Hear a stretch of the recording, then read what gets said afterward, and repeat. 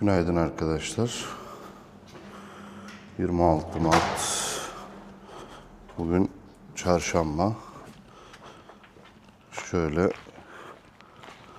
hafif yağmurlu bir gün.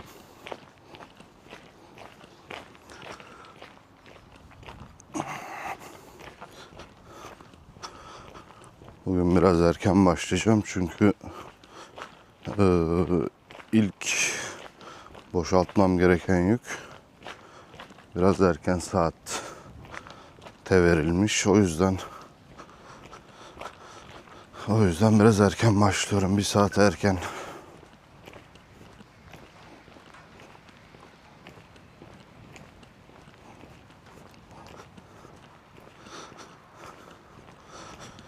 Yaz yavaş yavaş geliyor. Şurada döktükleri çakıllar var kışın buzlanmaması için.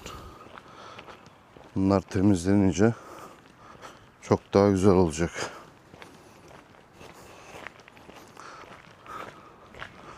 Artık arabalarda buz tutmuyor. Burası güzel.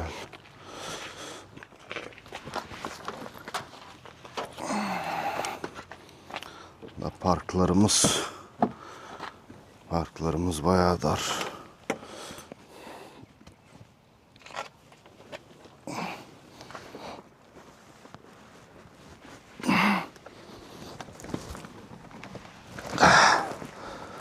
Vay be.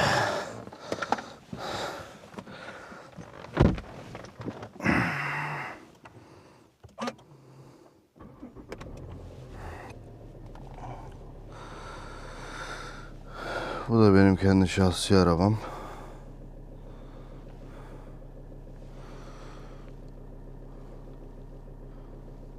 Volvo XC70.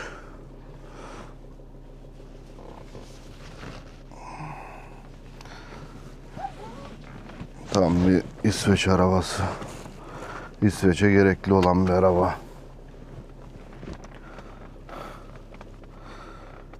Kışı biraz sert geçtiği için onlara bayağı dayanıklı. 4 çekişli.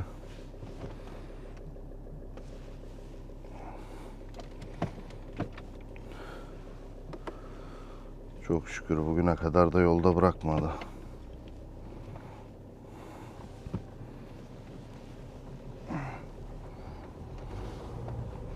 Verdiğim paranın hakkını aldım diyebilirim yani.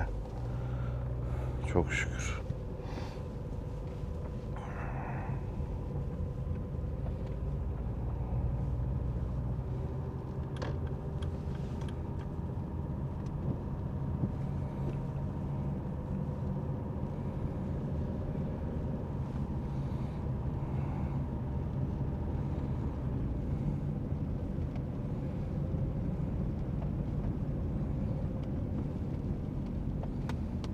Aslında 5'te kamyonda olmayı istiyordum ama ne yazık ki bir şeyler oluyor. Olamıyorum.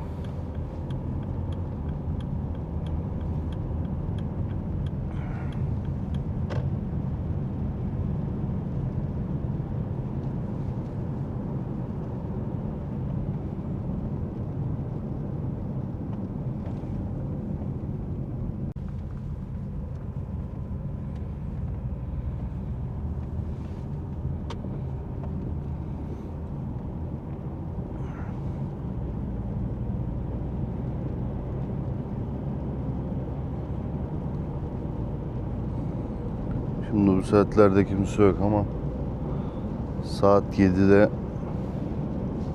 aşırı çok trafik oluyor bu otobanda.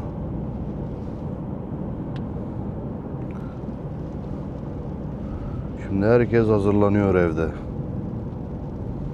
Herkes bir anda çıkacak şimdi.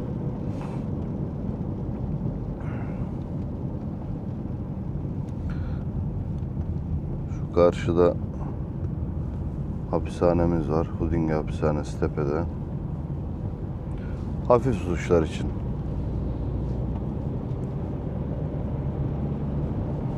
Öyle fazla ağır suçluları buraya getirmiyorlar.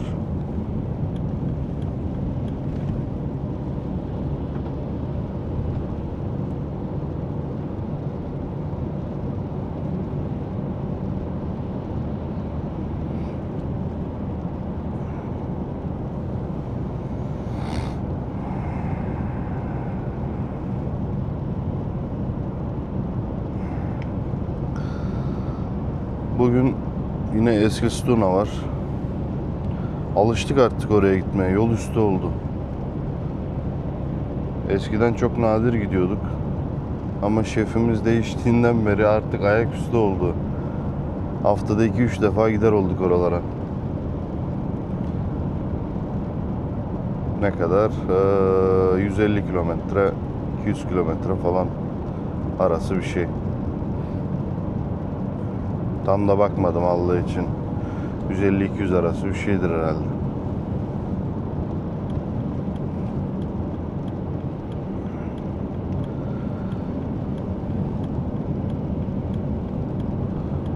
Yağmurlu da bir gün. 3 dereceymiş.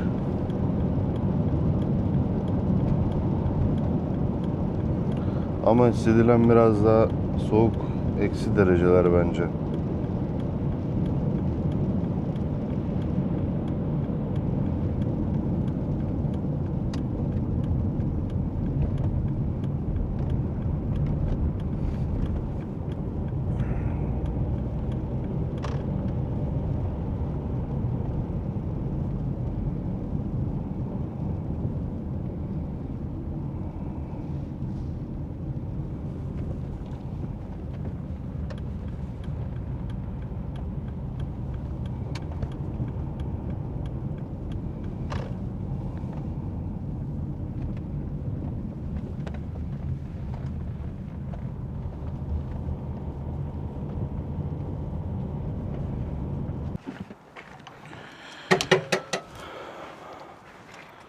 Ana şalteri açalım.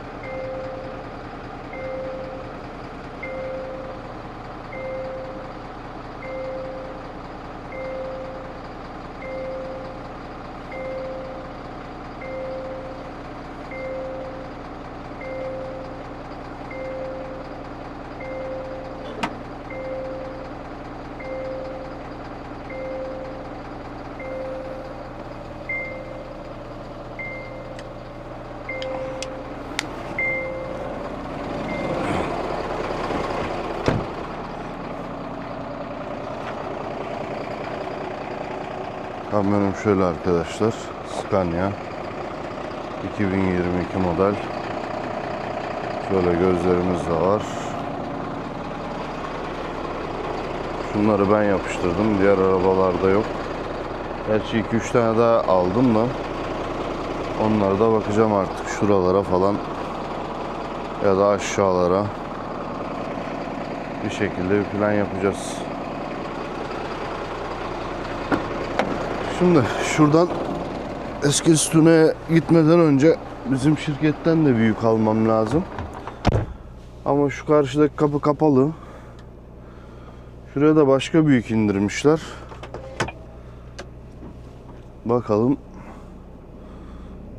Buradan. Tamam.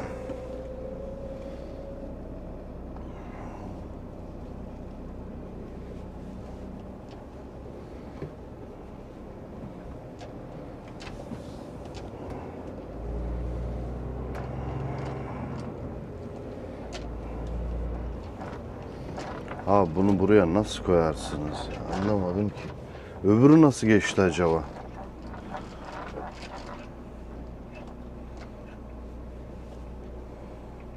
Yani yol kapatmak nedir?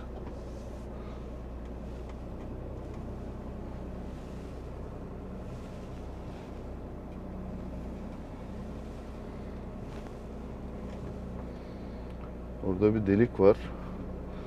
O deliğe girdiğim zaman kamyon biraz sallanıyor. Sallandığı zaman direklere vurabilir.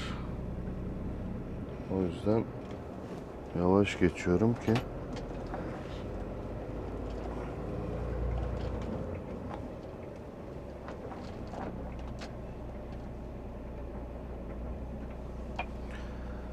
abi ya.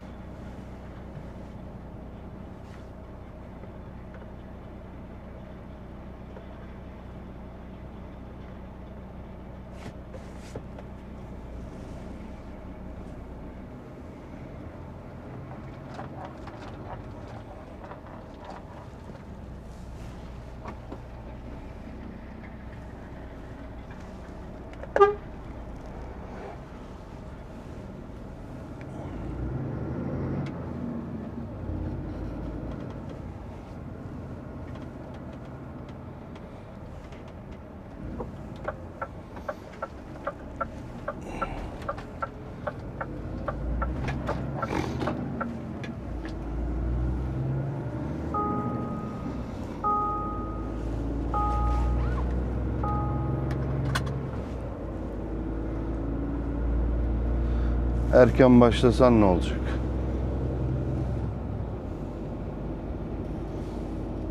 ...20 dakikam kayboldu zaten şimdi.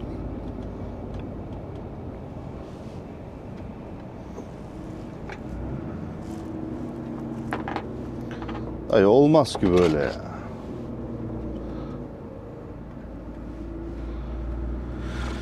Olmaz ki böyle. Sağ olsun Roger açtı yolu da. Allah'tan o trailer boşaltırken gelmedim. Trailer bırakmazdı yani boşaltmayı. Devam ederdi, bittikten sonra açardı yolu. Tam bir zaman kaybı.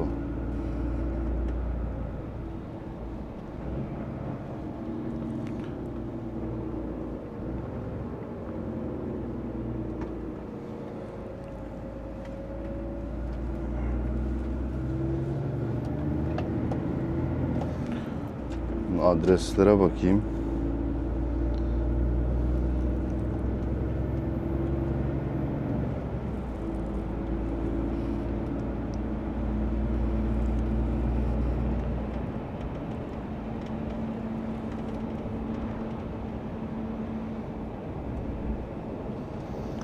Abi planlamaya bak ya.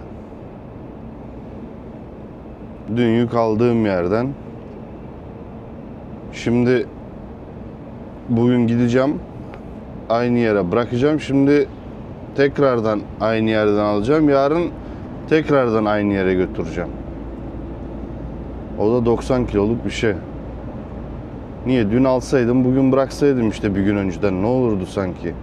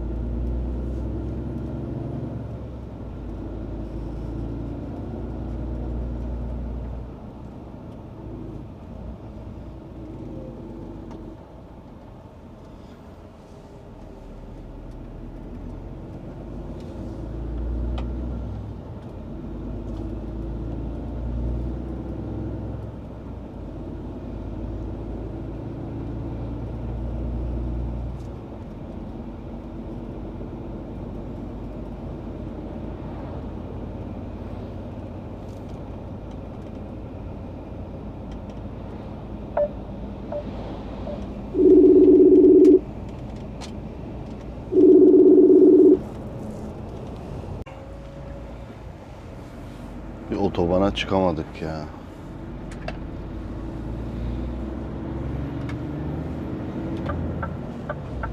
Şu önüme şu tırın gelmesi kötü oldu abi. Adam da sürmüyor, ben anlamadım ya. Çok mu yüklü acaba?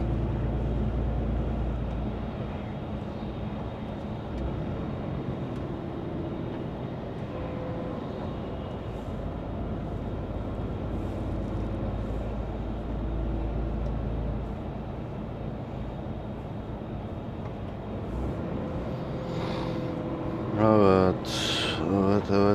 Girme. Ulan oradan girdi gene be. Yani nereden? Yani geçemeyeceğiz ki dayı biz.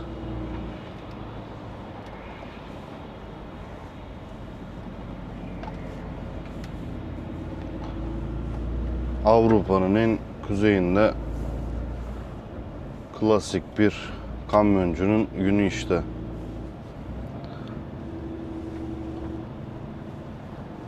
Sabah erken başladık. Trafiğe takılmayız dedik. Önümüze tır geldi.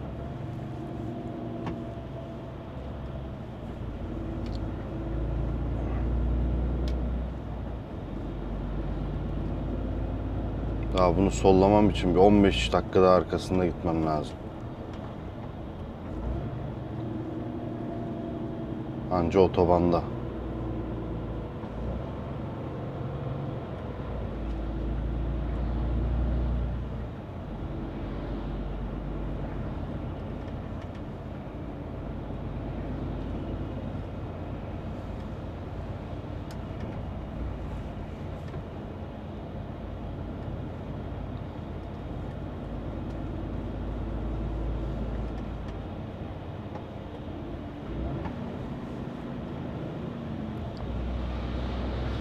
Nasıl olacak, nasıl olacak, nasıl olacak bu işler?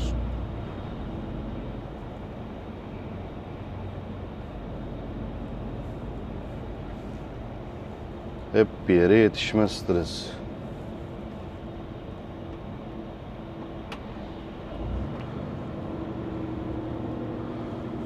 Benim şef de öyle bir saat almış. Mecbur erken başlamam lazım. Benim kendi iş saatime göre bir saat almamış. 1,5 en az bir saat erken başlamam gerekiyor. Oraya yetişebilmem için.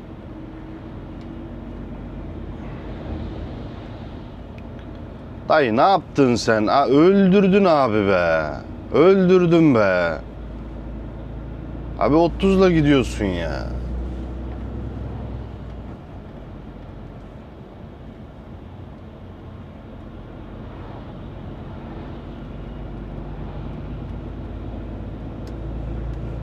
Tamam, yolları bilmiyorsun da tabela var abi, 60'lık.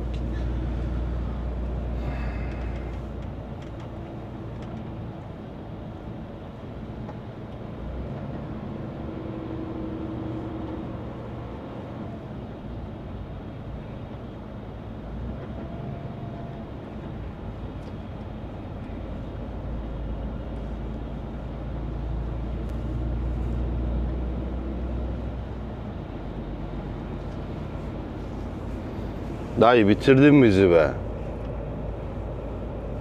Vallahi arkadakileri bitirdin dayı be.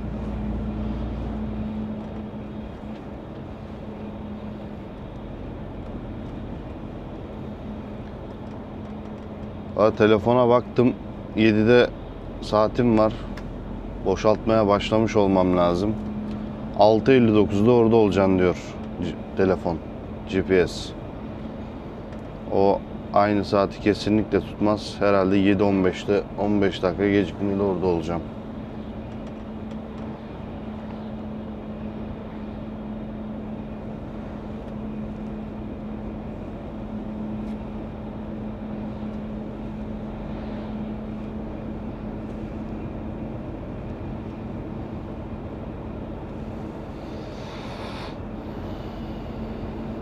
Dayımı da sollayamadık.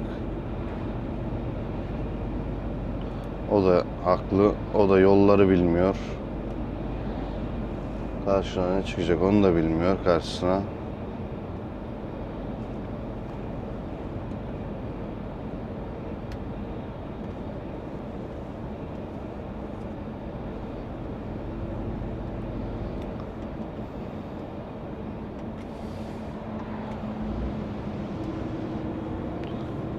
Hadi bakayım. Burada da olmadı. Şurada ışık yansaydı ışıklarda sollardım onu da.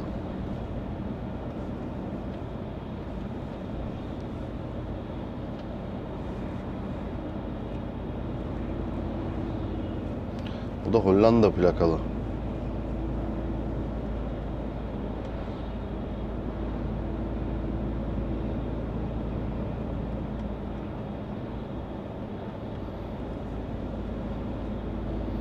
Normalde o bizim terminalde yolu kapatmamış olsalardı, onu da hangi akla hizmet, oradan kaç tane kamyon çıkacak, nasıl kapattılar onu bilmiyorum da.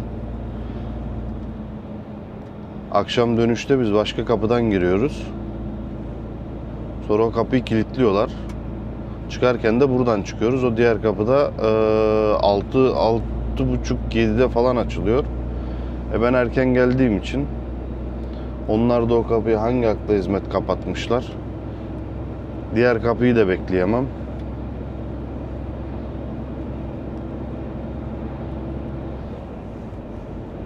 Adamlar çıkışı kapatmışlar abi.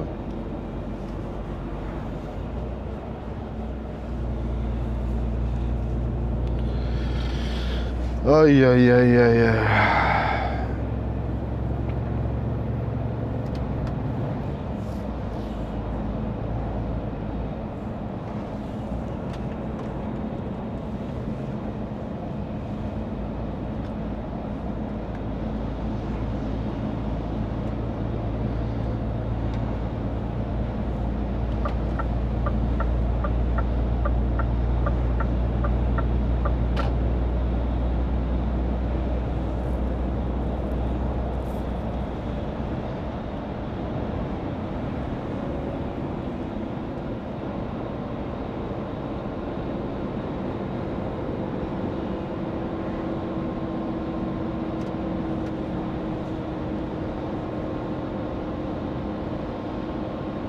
Ya oğlum önüme geçme işte ya. Ha hasta mısın oğlum ya?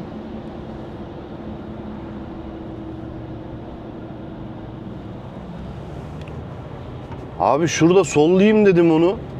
Geldi önüme geçti yine ya. Oğlum özellikle mi yapıyorsun lan? O da Hollanda değilmiş, Danimarka'ymış.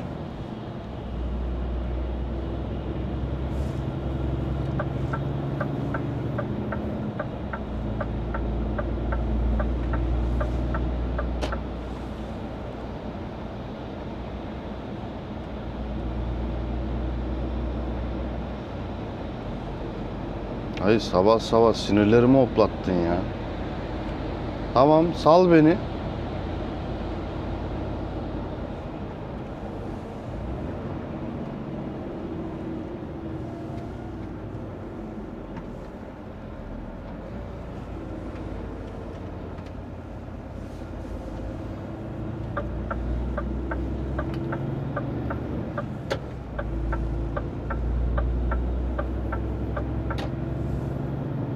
Bak şimdi abi bu acemi ya bu.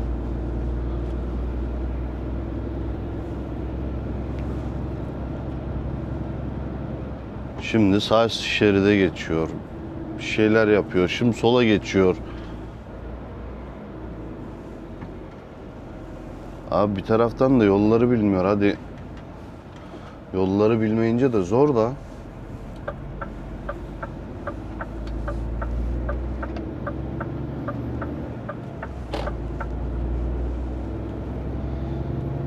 Neyse atlattık.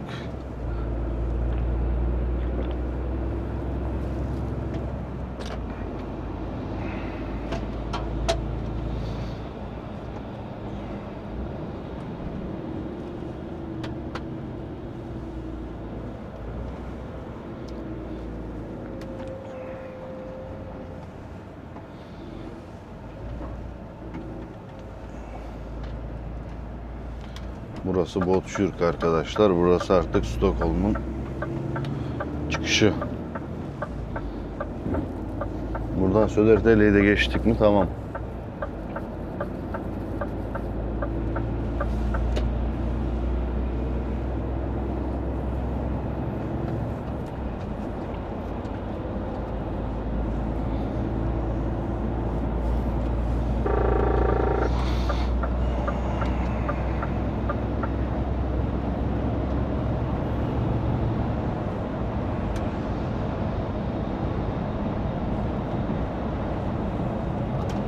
Buradan sonra trafik de olmaz.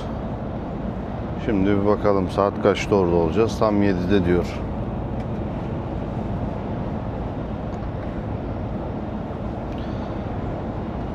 ...90'a bağladık. Artık kapının önüne kadar 90'la gideriz inşallah.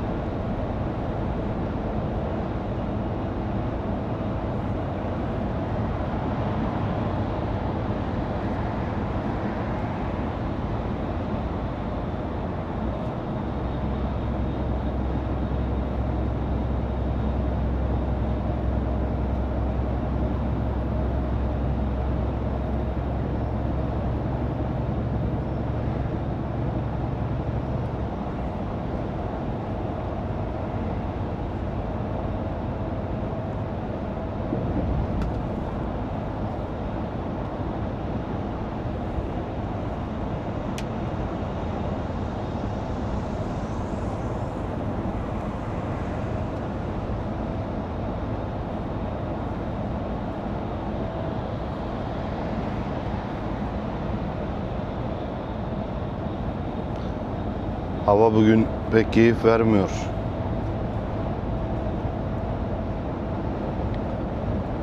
Hem yağmurlu hem kapalı.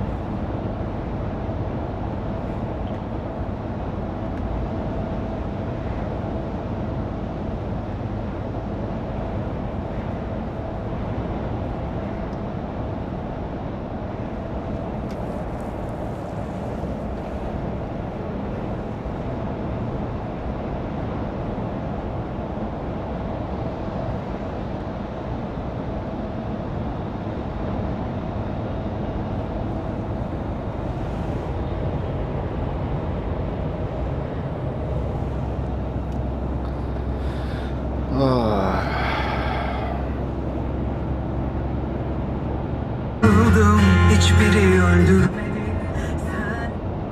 Ne oluyor ya?